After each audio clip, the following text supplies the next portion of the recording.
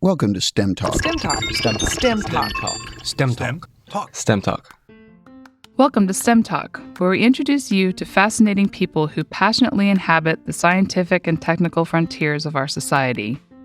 Hi, I'm your host, Dawn Cornegas, and joining me to introduce today's podcast is the man behind the curtain, Dr. Ken Ford, IHMC's director and chairman of the double secret selection committee that selects all the guests who appear on STEM Talk. Hi, Dawn. Great to be here. So today's episode features part 2 of our interview with Dr. Gordon Lithgow, who is a professor and vice president of academic affairs at the Buck Institute in Novato, California. In this episode, we get to talk about alpha-ketoglutarate, a topic that is of keen interest to our listeners, and Ken and I have been getting lots of questions about Gordon's recent papers that showed alpha-ketoglutarate reduces inflammatory signaling as well as chronic inflammation, and as a result has positive effects on healthspan and lifespan. So just a little background in part 1 of our interview, which was episode 119, we talked to Gordon about his youth and how he became interested in uncovering genes and small molecules that prolong lifespan through enhancing molecular stability. And in particular, we talked to Gordon about an earlier study of his which demonstrated the role of protein homeostasis and what it does in aging, and a follow-up study that found vitamin D3 improves protein homeostasis and slows aging. A native of Scotland, Gordon has been at the Buck Institute since 2000 and is married to Dr. Julie Anderson, who was our guest on episodes 117 and 118, and who is also a colleague of Gordon's at the Buck. But before Ken and I get to today's interview with Gordon, we have some housekeeping to take care of. First, we really appreciate all of you who have subscribed to STEM Talk, and we're especially appreciative of all the wonderful 5-star reviews. As always, the Double Secret Selection Committee has been continually and carefully reviewing iTunes, Google, Stitcher, and other podcast apps for the wittiest and most lavishly praise-filled reviews to read on STEM Talk. If you hear your review read on STEM Talk, just contact us at stemtalk@ihmc.us to claim your official STEM Talk t-shirt. Today, our winning review was posted by someone who goes by the moniker Miami Mom 85. It's a review that's almost 2 years old, and that somehow we overlooked it when it was posted. It's a great review. It's titled, Great Science Stories Every Episode, and the review reads, I've been listening to STEM Talk since the beginning and was finally prompted to write a review. I discovered the show early because I follow your first guest, Dr. Peter Attia. So imagine my disappointment when guest David Sabatini was already on Peter's podcast the day before your interview with Dave. Well, I started listening to your interview and was blown away by all the additional research and information that was discussed. Anyway, another great episode. This show is a fabulous resource. Many thanks to the hosts and guests. Well, thank you so much, Miami Mom 85, and thank you to all of our other STEM Talk listeners who have helped STEM Talk become such a great success. Okay, and now on to part 2 of our interview with Dr. Gordon Lithgow. STEM Talk. STEM Talk. STEM Talk. STEM Talk. STEM Talk.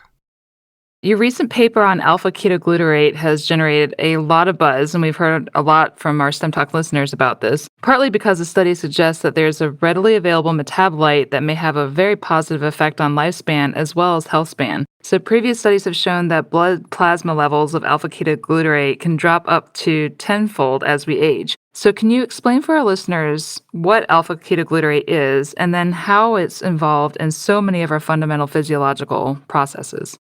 Yeah, I learned about alpha-ketoglutarate as an undergraduate as a metabolite in the TCA pathway in energy generation. And I really didn't know much else about it until we found that it kept coming up in our screens of natural products. So we screened for beneficial effects in Alzheimer's models and also normal aging in C. elegans in the worm. And alpha-ketoglutarate just kept coming up as a hit again. And then there was a study from another group published in Nature showing alpha-ketoglutarate could extend the lifespan of worms. So that got us really excited and thought, great, this is reproducing. We see this, they see this. And as we moved forward, we thought, well, is this something that we should be testing in mice? And, we have kind of a pipeline that goes from the simple invertebrates through into potential mouse models, either disease models or normal aging. And so we started talking to Brian Kennedy's group at the Buck about this. And we thought, mouse experiments are expensive, but this looks like a real potential winner.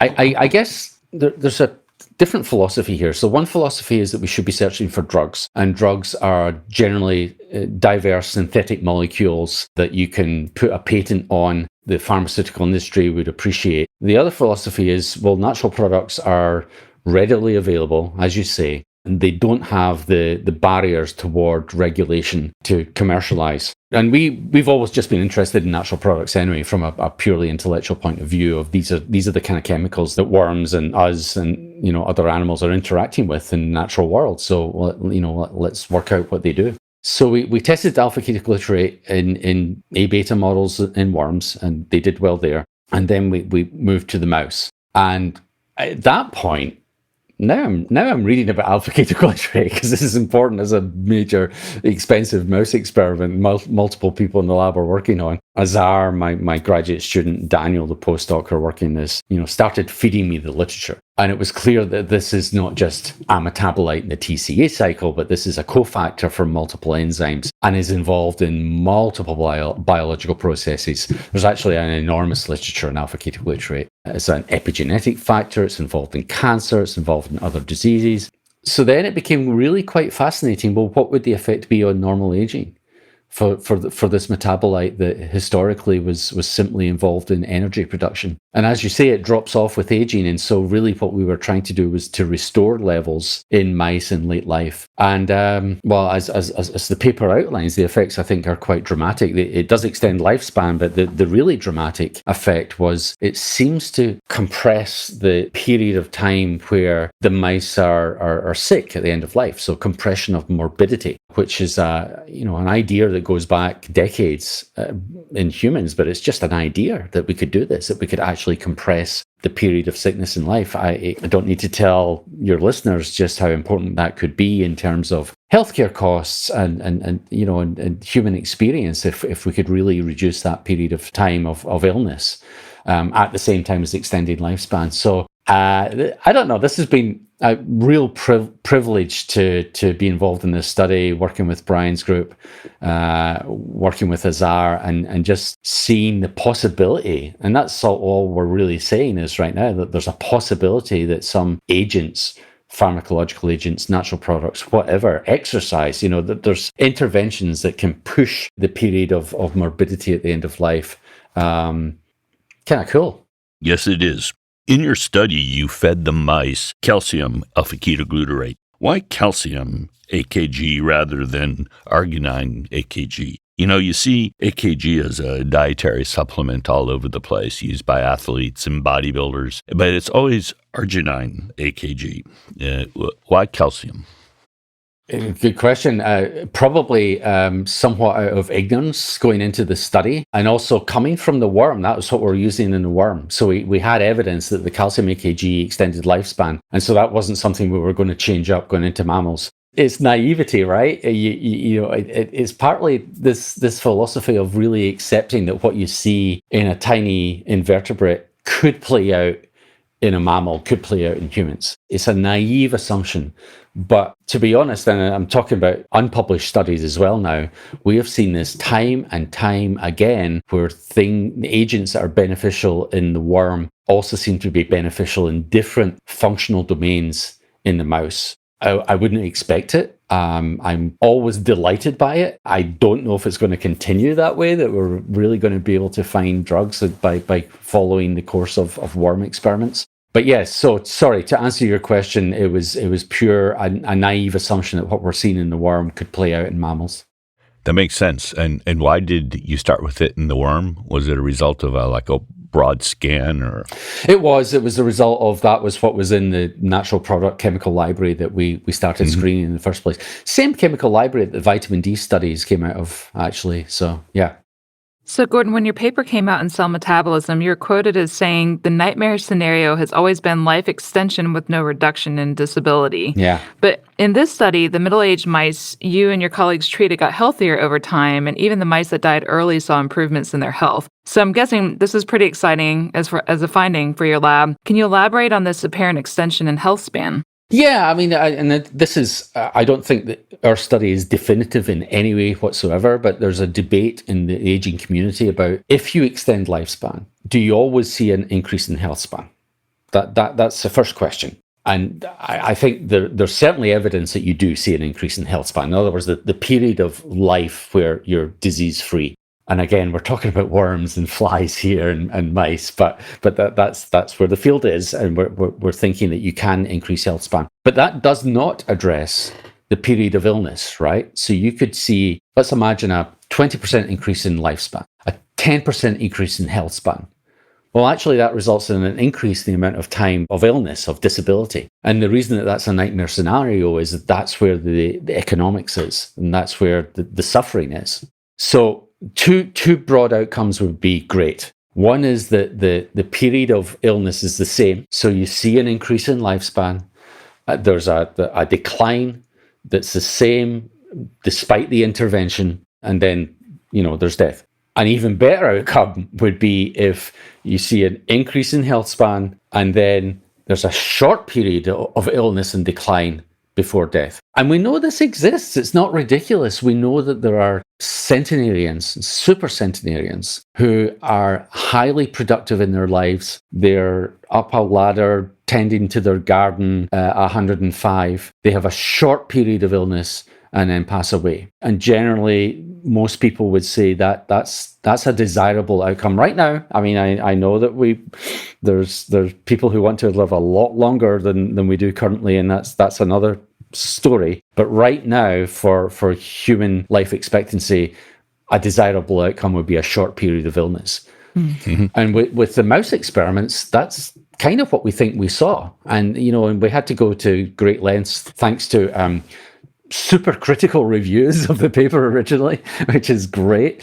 We really had to look at this carefully, but the conclusion is that there's a compression of morbidity there. And for some characteristics of these mice, for example, their fur and their coat, their skin condition and so on, it's really very dramatic. And, I think we published a picture, and, pictures only represent a small fraction of what you're looking at, but yeah, it's a dramatic difference. I mean, I think that part of what we're trying to do is just inspire other people to think this is possible, and maybe we should be thinking about this in humans, and maybe we could even do a clinical trial. And, these are the outcomes that we should potentially be thinking about. Sure. I mean, for me, the ideal end of life would be happy, happy, happy, dead. I think that's fair. So your study found that calcium alpha-ketoglutarate reduced inflammatory signaling as well as chronic inflammation. Can you talk about the significance of this, and in particular how it relates to degenerative aging? Yeah, I mean, we know that inflammation increases during normal aging. Processes like cellular senescence. We know that the accumulation of senescent cells results in the production of inflammatory factors, and this is sometimes called sterile inflammation in the absence of an infection. Claudio Franceschi coined the phrase decades ago, inflammaging, to really point out that the central role of inflammation in mammalian aging and in disease. I mean, there's no disease that you can mention that you don't have evidence that inflammation is playing a role. So Azar, the primary author on the paper, teamed up with people in Judy Campisi's lab, who is a world-renowned expert in cellular senescence, to look at some inflammatory factors, and we looked at a panel. And sure enough, it seemed like there was a correlation between lifespan extension and the reduction in the production of some of these inflammatory factors. The problem is that we can't claim causality there. We can't claim that it's simply the reduction of inflammation that's resulting in the lifespan extension. It could be that we are reducing or we're suppressing some other aging factor, proteostasis, DNA damage, something else. And as a result of that, we see a lifespan extension. And then that comes along with a suppression of inflammation.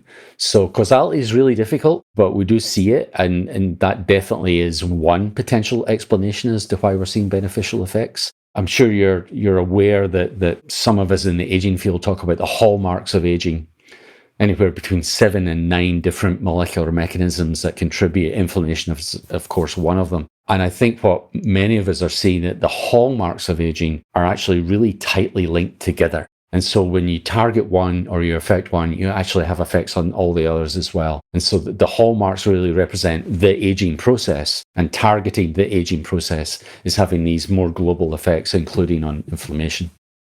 Have your results that you reported in the study been replicated in other strains of mice other than the specific one, the inbred strain that you used? Have you looked at it in others? Yeah, it's really important that we see that the interventions work in more than one genetic background or one strain. And mouse experiments are expensive, and we have not undertaken experiments in other strains of mice. What we did do in our study was to replicate the cohorts. So we did 2 cohorts, which is actually somewhat unusual. So at least we know that for that strain, the black 6 strain, Right. that we see some replication there. I'd love to see it done in other genetic backgrounds.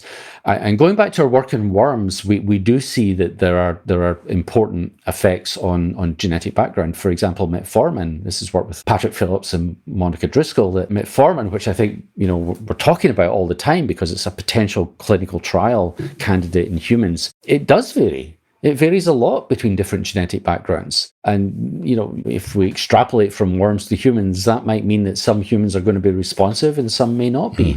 Mm-hmm. Those kind of studies looking at different strains and genetic backgrounds, super important.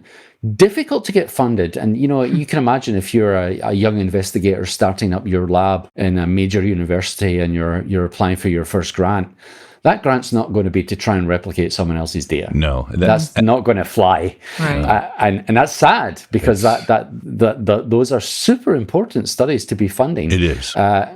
So we need to think about how to do that. And you mentioned metformin, and that's an example of where individual differences could matter a lot.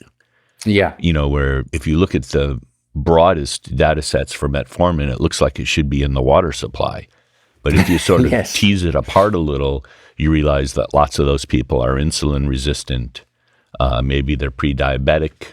It's like looking at the broadest swath of data on vitamin D, not realizing that many of the people are vitamin D deficient. Yes, indeed. It's kind of a similar thing. Mm-hmm. I think you're right. And actually, this is something that my colleague Simon Melov thinks about a lot, which is, the sort of optimized state. If you're non-diabetic, if you've got an exercise regime, basically you're optimized at a particular age in your life through diet and exercise and everything that we know is probably much more important than all the stuff that we're actually talking about today. Yes. Diet and exercise is the thing, right? That's the anti-aging mechanisms of today. If you're optimized for those things, would the current candidates for interventions in aging actually work? Yep, that's the $1 million question, Gordon, because the person most interested in what we're talking about is not representative of the data in general, which tends to look like Homer Simpson. Yeah, no, I agree. I'm also a believer. I believe that some of the interventions that we're uncovering would work under those circumstances. And that's partly, again, it's naivety coming from the animal experiments. I, like others, worry about the fact that the animals that we generally work with in the lab are adapted to the lab and have been selective over generations to be nice lab animals. And do some of our interventions simply fix some of the problems that we've created in the lab? But again, I'm a believer that some of the interventions that the aging community are identifying would work in optimized situations. I just can't tell you what the data is. Right. I don't have it. And nor will any of us have it soon. Possibly. So, Gordon, Ponce de Leon Health, which is actually based in Florida, is marketing a formulation of calcium alpha-ketoglutarate under the brand name Rejuvent. You and others at the Buck Institute worked with Ponce de Leon Health to develop the product, and you own stock in the company. We'll just let our listeners know that. Correct, yes. Can you give us an overview of this collaboration? Well, it was really simple. I mean, like much of my colleagues, we always entertain funding from foundations or commercial concerns. I mean, the Buck Institute has many, many relationships with companies. And I see this as a benefit, not only because it brings resources into the field, but also it's a way in which eventually interventions could actually be commercialized. Our field needs a massive injection of resources to move forward into clinically relevant interventions, whether that be in COVID, whether it be in Alzheimer's disease. The field needs a massive injection of resources. I would love to see this coming from the federal government. I think that would be appropriate. but another source is foundations and commercial concerns. And it really is right now the only way that we're going to see some of these interventions get to people. So Ponce de Leon was formed based on our data that was generated from a grant from the Weldon Foundation. And they made it possible. We had these ideas about AKG and whether it would be possible. And the Weldon Foundation came in and said, we're interested in natural products. We are interested in eventually commercializing these with supporting human data. And we said, we've been doing this worm stuff. We'll do the mouse stuff. And Brian Kennedy, I think, is a founding board member of Ponce de Leon. We were collaborating with Brian.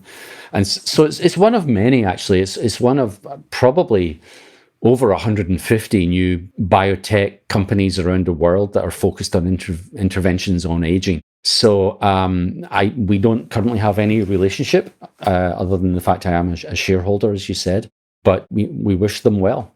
And I know that Brian is very focused on finding the resources to do clinical trials. And Brian's at the University of Singapore now, and I hope we'll see those trials and I hope we see something positive. That'd be great. How does the dose used in the mouse study compare to the 2,000 milligram per day dose that seems to be recommended in the commercial supplement? It appears just at a glance that the dose given in the mouse diet was substantially more than that if you scale between mice and humans. What do you think about that? That's a really good question. I mean, I think that obviously when you go into humans, you go in with caution and you always want to dial back a dose of anything. But I actually can't speak to the company's reasoning on that because I'm not involved with the company. You've piqued my curiosity, though. I might give Brian a call and ask him about that. Yeah, it seems I like maybe 10 to 1, but it is interesting. And of course, you can never fault somebody for caution with humans. Absolutely. So Ponce de Leon is marketing different formulations of this product for both men and women, and this is a question from listeners. Mm-hmm. So from the paper, it seems like some of the benefits occur in both sexes and some only in females. Yes. The main difference that I can see between the men's and women's formulations of Rejuvent is that the men's version contains 900 micrograms of vitamin A, and the women's version contains 1,000 IUs of vitamin D. Now, I wonder, is this a difference that makes a difference? And if so, how did they or you come to know that, particularly considering our earlier discussion of the potential benefits of vitamin D itself? Yeah, and actually this comes, again, going back to the worms. It's amazing that we originally started to look at combinations of compounds in the worm. And I must say that most of the data was quite disappointing. We thought we could build combinations of 3, 4, 5 compounds that would be additive or, in some way build on each other to give even greater beneficial effects. And I'll characterize that as being somewhat disappointing. But we did see benefits with combinations, for example, with EKG and vitamin D. Now, the company, I'm not involved, and I don't know what their reasoning is as to why they went to those particular formulations for the sexes. It's certainly true that if you look across data in mice, and I'm thinking here of data from the Intervention Testing Program, which is a NIA-sponsored program, frequently sex differences appear. And I don't think we really understand that. It's just such an important issue, right? I mean, I think there's been an awakening about the realization that most research in mammals in mice has been conducted on male mice, and that's just simply unacceptable when you think about rolling out interventions into the wider public. And so the NIH has been very proactive in insisting now that in grant applications that both sexes are addressed. And it just seems like with aging interventions, this is going to be an issue. We really do need to characterize the effects of compounds and interventions in both sexes, and that we eventually understand why something will work in one sex and not the other. As to the company's formulations, sorry, don't know.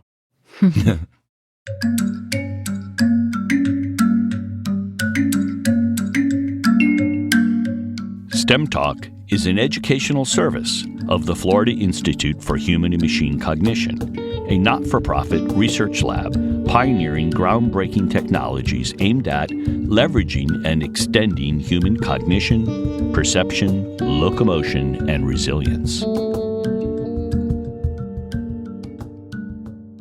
So with the consistent positive longevity effects of AKG in yeast, C. elegans, and also mice, as we've been talking about. The million-dollar question is whether these positive effects are translational to humans, as we've been talking about. And I understand a clinical trial is in the works to look at this. Can you talk about this trial and also which biomarkers will be employed as indicative of health span in humans? Yeah, so the trial, the one that I know of, and there may be others, is under the auspices of Brian Kennedy, our colleague, who's now at the University of Singapore, which I think is a great institution to be moving this through the works. I actually don't know what Brian's thinking about in terms of endpoints. I think we've all heard of the TAME trial, which is a potential trial for metformin, which has been proposed many years now, actually. I wish we had 100 versions of the TAME trial. We're still talking about one. And there, the endpoints are actually events. Well, partly the endpoints are events like, multiple disease states and multiple appearances of aging related disease pathology. I think with AKG, it's not going to be as extensive as that initially, but I don't know what they're considering. It looks, with my only a superficial understanding of what they're planning, but just from reading, it looks like they'll be doing the epigenetic clock kind of thing as a marker of aging, and maybe pulse wave velocity, inflammation, the kind of sort of stand-ins for aging. Yeah, I mean, again, this speaks to a deficit in the field, if you like, that we perhaps don't have the definitive biomarkers that we can look at and say, yes, right, this intervention is working. And of course, it's a time thing, right? I mean, the course of a disease, you can see responses to statins within weeks, right? But if you think about aging itself, what do you measure and how long do you have to measure it for before you see an effect? Now, the various forms of the epigenetic clock, and now we're seeing other biomarkers such as, proteomic clocks and others. It's super exciting. I mean, the idea that really we can measure something over the course of 3 months and have some sort of confidence that that's going to play out over the much longer decades of aging is incredible. I mean, it's the thing that we've been wishing for this entire field has needed for years. It is, yeah. So certainly with AKG, there's good reason to believe it has an epigenetic effect based on known mechanisms. And so that's certainly a really good place to start looking at and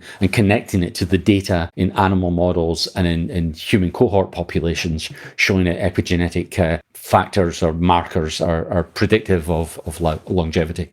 As you mentioned, there are several of these biological aging clock systems that have been either developed or are currently under development or even in marketing, and these typically are based on epigenetic markers like Grimm age and DNA-M age, coming from Steve Horvath and then elaborated on by Morgan Levine. Yeah. I wondered, these are sort of thought of as a gold standard for that kind of thing. I noticed that Ponce de Leon distributes something called true age, and that's another test of biological age based on epigenetic markers. And I wondered if you have any thoughts on how these various epigenetic tests of biological age compare, like what's differentiating true age, and which do you use in your research and why? Actually, we don't use any. My lab is not currently studying epigenetics, although actually I have a graduate student who's extremely interested in the effects of exercise on epigenetic changes. So we will get into that. But no, I'm sorry, I really don't have any expertise in this area. I'm a spectator, clapping on the sidelines to Steve and others who are publishing these amazing papers. It goes without saying, I think everyone in aging research is going to be adopting possibly many of these markers. I think so too. I must admit, and this is just because of the history of my lab and my collaborators, I'm really enamored with the idea that we'll find protein markers. And my colleague Birgit Schilling at the Buck is doing seminal work in this area, looking at the markers of cellular senescent load in humans, along with Judy Campisi. The idea that you can, in a plasma sample or a serum sample, measure the load of senescent cells in the entire body, and perhaps even in a tissue-specific way, I think that's super exciting. And that's partly because I believe that, proteostasis is a major driver of aging processes and connects to chronic diseases of aging, such as Alzheimer's. So that's the spot I'm watching closely. Gordon, you mentioned somebody in your lab interested in looking at the epigenetic changes associated with exercise or as a consequence, perhaps, of exercise. And Yeah. there's a colleague that Don and I have here that looks at that named Marcus Baumann, like Bamman. Fantastic. Thank you. That's great. Yeah, it's funny. Like my PhD student Lewis, he's studying exercise. He's studying it in worms, and this is based on work again on Wow. our colleague Monica Driscoll, who published this protocol for exercising worms. So worms normally crawl around on agar, and they're pretty fast when they're young, and they get slower as they age. But if you put them in a liquid media, they just go crazy. They thrash like this. And so that's been known forever, but Monica really nailed it down and said, you know what, there's benefits from a short period of time, in that sort of exercise regime. And so this has been applied to Parkinson's disease in Julie Anderson's lab by a graduate student, Mina Schmidt, and now Lewis in my lab looking at Alzheimer's. So we're doing exercise in worms. That's great. That's fantastic. So an article published in the Mercury News in San Jose interviewed a number of scientists who are very impressed by the AKG study and its results. And a handful of scientists, however, were quoted as saying that while AKG is likely to be safe, it is possible that there are side effects. So are you aware of any specific side effects that people need to be aware of, at least that we know of right now? I'm not aware of any side effects, and as you pointed out earlier, there's a reduction in AKG levels during normal aging, and so you might expect that restoring levels to normal, if you like, for younger people would not be harmful. That said, I would, and this goes for vitamin D, it goes for any of the interventions that we're talking about, that like any drug, that there are potential side effects at higher doses. That's just true for everything. And we should always be cautious. We should always be following the science in terms of preclinical studies in mice. And then always, in the end, only adhere to what's truly found to work in double-blind clinical trials of the appropriate size. And so with AKG, we're not there yet. I suspect that most people would suggest that it's probably harmless in the way that some people are marketing this or talking about it. But with any agent at all, we should always be very cautious. Definitely agree with you on that. So you and some international colleagues recently published a paper in Nature Communications entitled Polyunsaturated Fatty Acids and P38 MAPK Link Metabolic Reprogramming to Cytoprotective Gene Expression During Dietary Restriction. And this is using a genetic model of dietary restriction in C. elegans. In that paper, you showed that dietary restriction results in increased levels of long-chain omega-6 and 3 polyunsaturated fatty acids, such as linoleic acid and EPA, which we know signal to increase expression in cytoprotective and detox genes that increase lifespan. So, Gordon, can you first talk a little bit about how genetic models of dietary restriction do and also don't reflect true dietary restriction in both animal models and also in humans? For sure. I mean, I think most people in the aging field are accepting that dietary restriction is real. So that for many genetic backgrounds and many animal models, if you reduce the number of calories available for feeding, that does have benefits, including extended lifespan. It doesn't work for all genotypes, though, as we know. Even in the mouse, there's for certain caloric restriction regimes will work for some genotypes and not for others. However, it's fascinating, right? It's really an amazing mechanism and potential for humans. And so there are some animal models, including in the worm, where there are mutations that seem to mimic diet restriction. So one way to do this is simply to reduce the physical nature of feeding. And so there are mutations in the worm where they are less able to take in and process the bacterial food. And these animals are longer lived. And the conclusion is that it's the failure to take in the food that's leading to the longevity. There are limitations, though, because if you take those animals and you reduce the calories they're exposed to, they live even longer. So it's not an absolute model of the maximum diet restriction that's possible. So yeah, I mean, I think these studies are very valuable. Manish Shamali, the lead author on this study you mentioned, is an incredible investigator and is pulling together important parts of this. He's pulling together responses to stress, lipid metabolism, signaling pathways, and outcomes for aging. And I think this is one of a number of labs around the world that are doing this. There are scores and scores of papers in worms and flies on the potential mechanisms of diet restriction. And I think to summarize them, I think we are seeing that this is a metabolomic wide effect. There's a lot going on here, just as you might expect for an aging intervention. But in the end, what we're seeing is an elevation in the resilience of animals to external and internal stress. It connects with the protein homeostasis. It connects with cellular senescence. It connects with damage of other macromolecules. That if you can trigger responses in the animal that increase resilience, then you see these beneficial outcomes. It's funny, maybe all we're really doing is actually tapping into what we've got already. It's just that during normal aging, we somehow we can't access these mechanisms that in younger animals protect us from the damage of daily life, and the interventions that we have, genetic and pharmaceutical, really just tap into those mechanisms. Following up on that, do you think the metabolic reprogramming seen in the C. elegans model gives us much insight or any insight into how intakes of dietary PUFAs might alter health outcomes in humans? For instance, you note that supplementing C. elegans with monounsaturated fats such as oleic acid decreases lipid peroxidation, but exogenous fish oil both increases the peroxidization and shortens the lifespan. So on the face of it, perhaps I misunderstood it, but on the face of it, this seemed in stark comparison to humans, where billions of dollars have been spent using various fish oil formulations with the goal of improving health span. Do you have any thoughts on that? It seems a contrast there.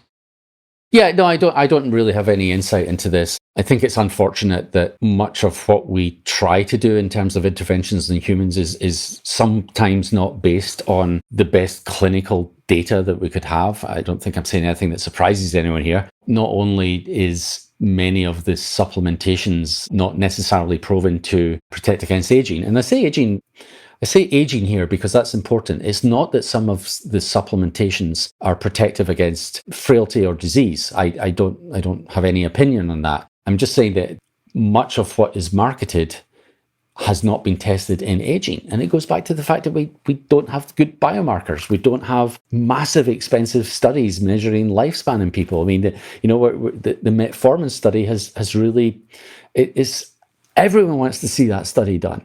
Everyone. And yet it still struggles to get off the ground in a major way. And so, supplements, it's the same thing. I mean, if we had double-blind clinical trials with multiple outcomes, then maybe we could make statements about aging itself. But I don't think they were there. I'm sorry. Basically, what I'm saying is I can't answer your question, and it is also entirely possible that sometimes we're going to see stuff in worms that just does not apply to humans. Right. So no surprise whatsoever, right? Yeah, that's one obvious interpretation, right? So I was wondering, that sprang to mind originally. This might be one of those cases where something's not conserved. It's different in humans, or it could be just as you said that we haven't done a comprehensive study of these exact phenomena in humans over a long period of time.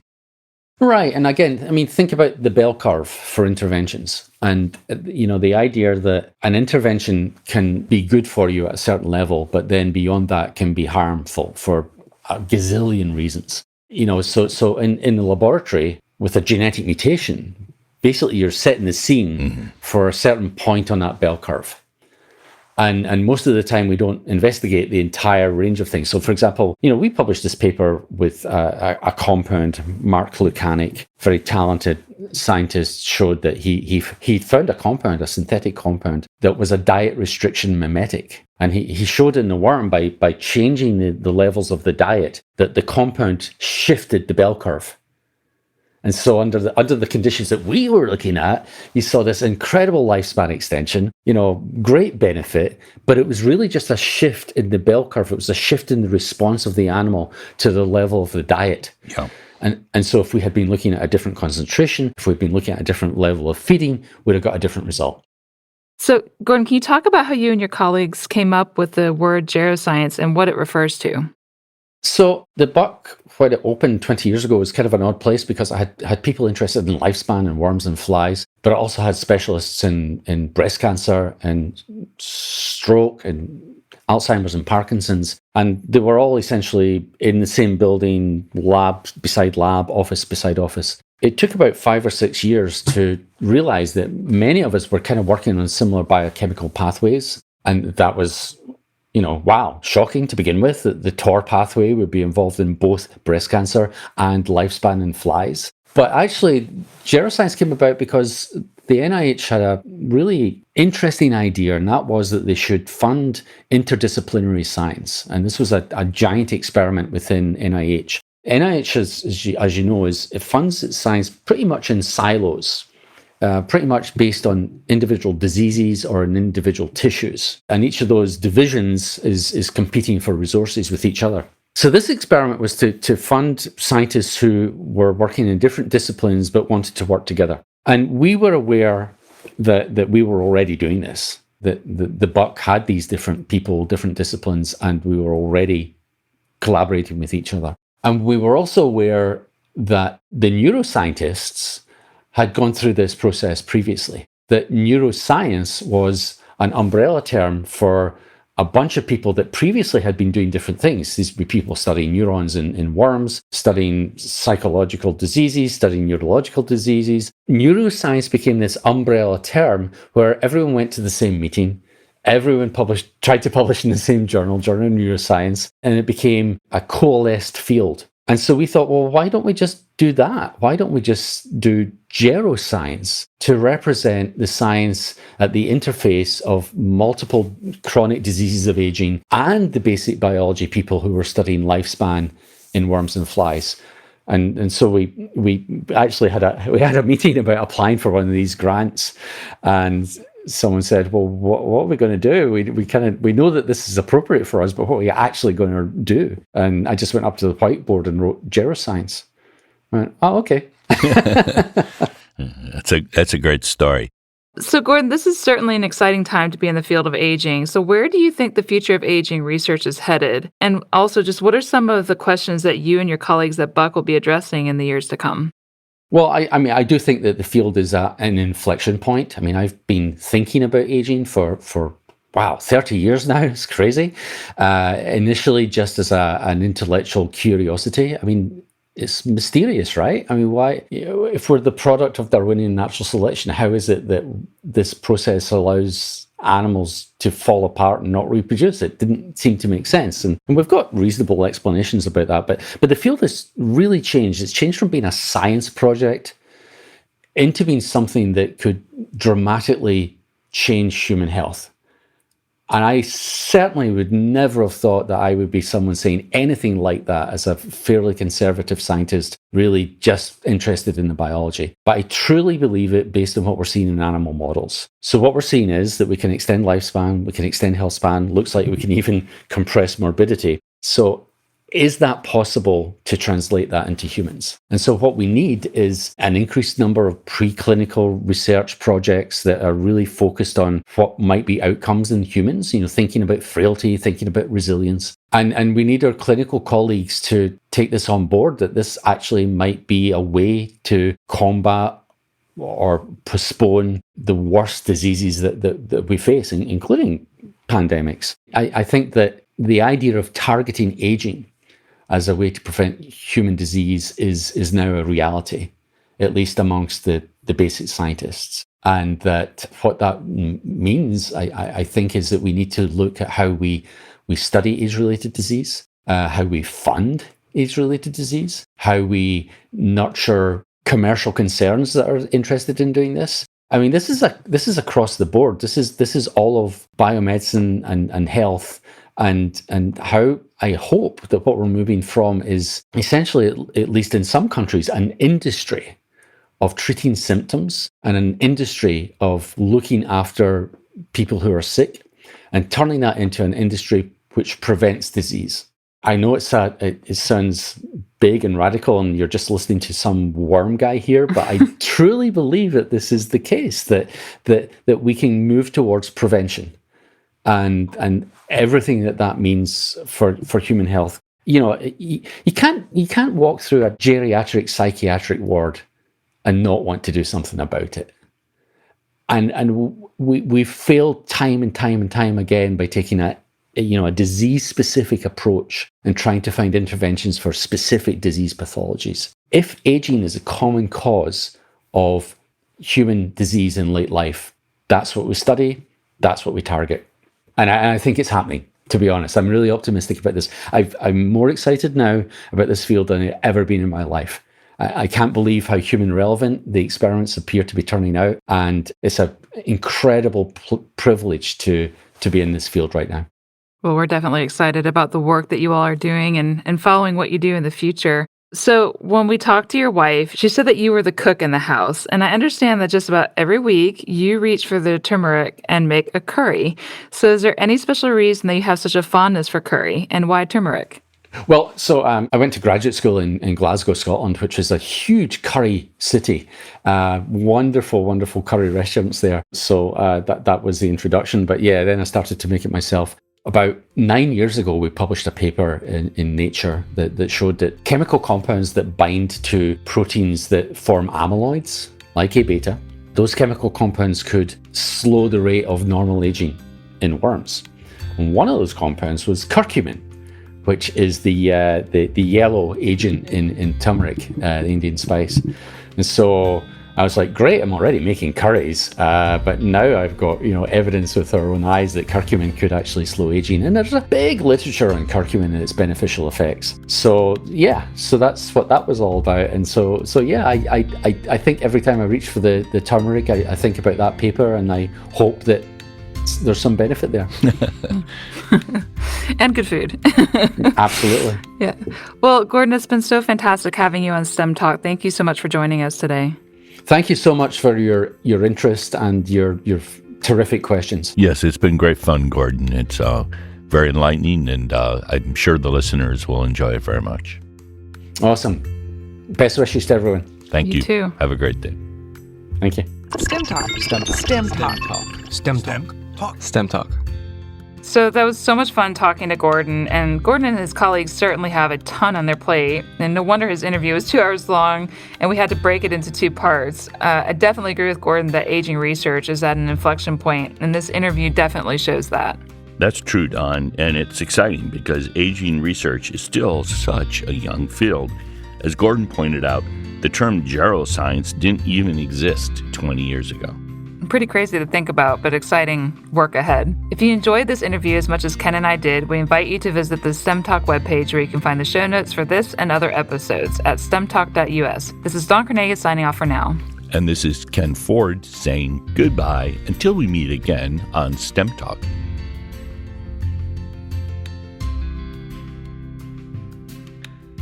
Thank you for listening to STEM Talk. We want this podcast to be discovered by others. So please take a minute to go to iTunes to rate the podcast and perhaps even write a review. More information about this and other episodes can be found at our website, stemtalk.us. There, you can also find more information about the guests we interview.